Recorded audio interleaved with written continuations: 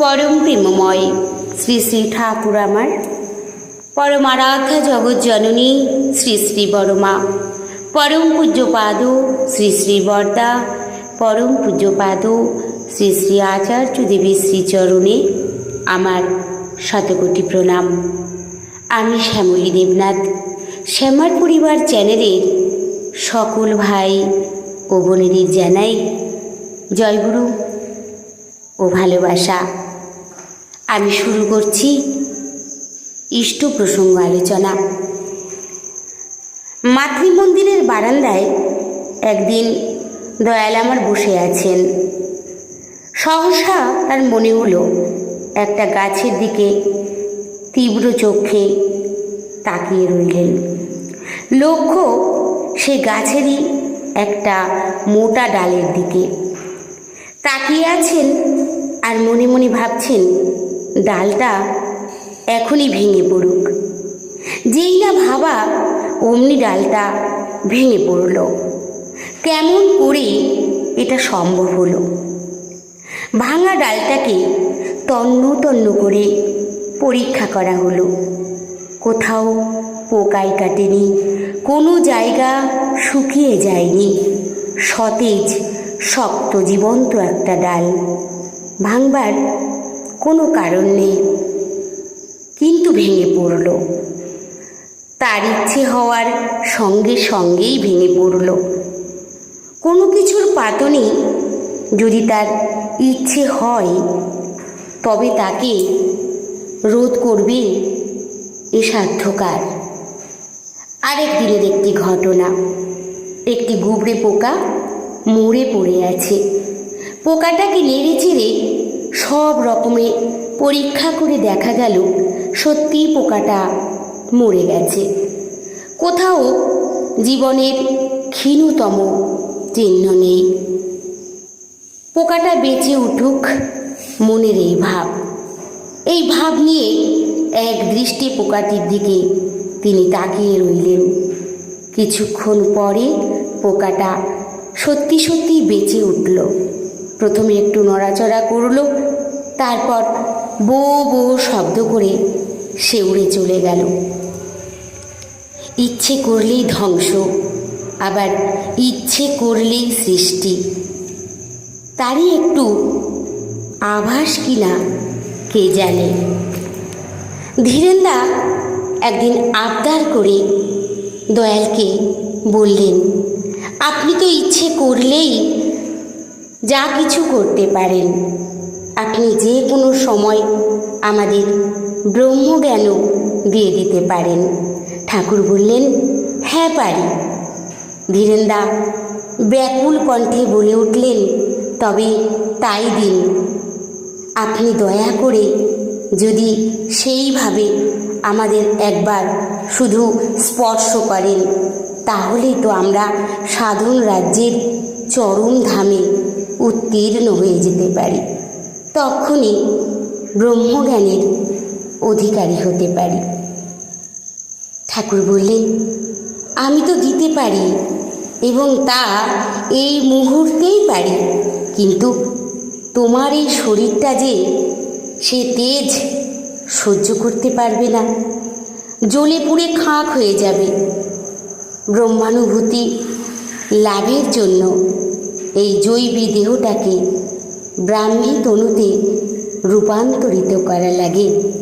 তিনি বললেন, তাই আমি যা করতে বলি তাই করো, যা হবার আপনিই হবে। ইষ্টানুরাগ, তীব্রতা এবং ক্রমাগতি তোমার চরিত্রগত হোক। তার কথাই ভাবো, তার কথাই বলো, তার জন্যই করো।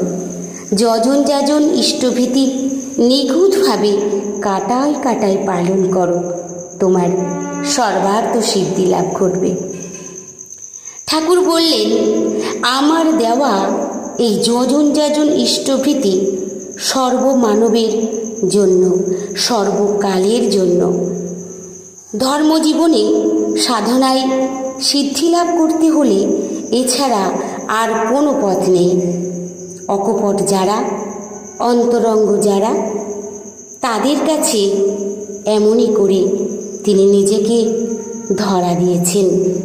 কিন্তু যারা তা নয়, যারা বহিরাগত, তাত্ত্বিক প্রশ্ন করাই যাদের স্বভাব, তাদের মধ্যে কেউ যখন প্রশ্ন করেছে, আপনি তো সদ্গুরু, আপনি তো মানুষের মনের কথা বোঝেন, তখনই তিনি গা ঢাকা দিয়েছেন, আত্মগোপন করেছেন, বরং এই বলে অস্বীকার করতে চেয়েছেন, সদ্গুরু মানে কি জাদুকর?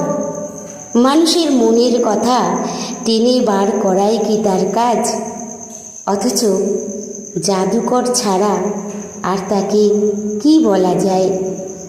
যদি জাদুকর না হবেন, তাহলে মানুষের যা প্রধান চাহিদা, যা নইলে মানুষের মোটেই চলে না, সেই আদিম চাহিদাটাকে অস্বীকার করার মতো শক্তি তার কাছে এলে মানুষ পায় কোত্থেকে?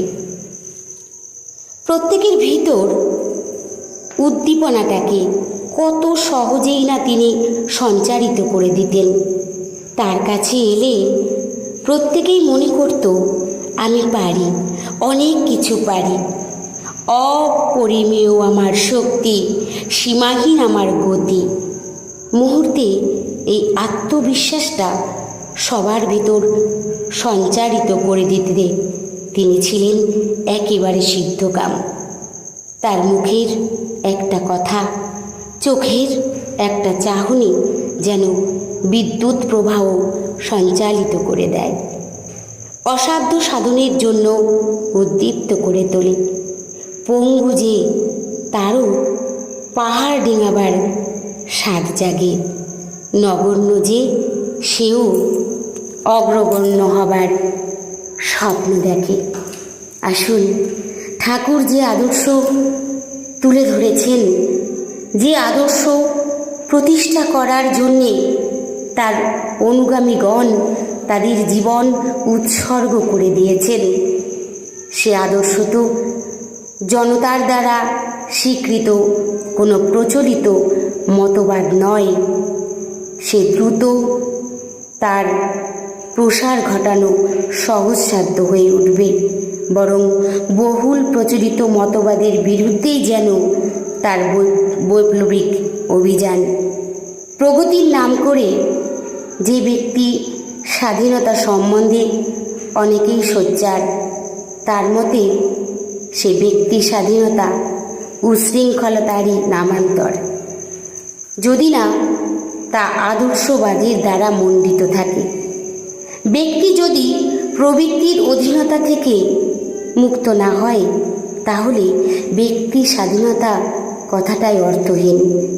তেমনতর মানুষের সংসারের কাছে কোনো কিছু দাবি করার নেই, কারণ দাবির অধিকার তো মানুষের নেই, আছে মনুষ্যত্বের।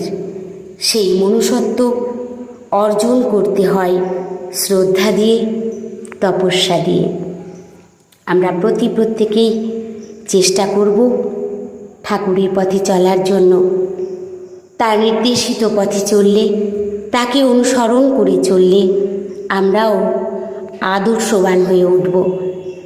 আদর্শ হতে হলে পরম প্রেমময় শ্রী ঠাকুর অনুকূলচন্দ্রের দীক্ষায় দীক্ষিত হতে হবে। সেই আদর্শ পুরুষ তিনি, যিনি আমার জীবন দেবতা। তাই আসুন, আমরা প্রত্যেকে চেষ্টা করব ঠাকুরের নির্দেশিত পথে চলার জন্য।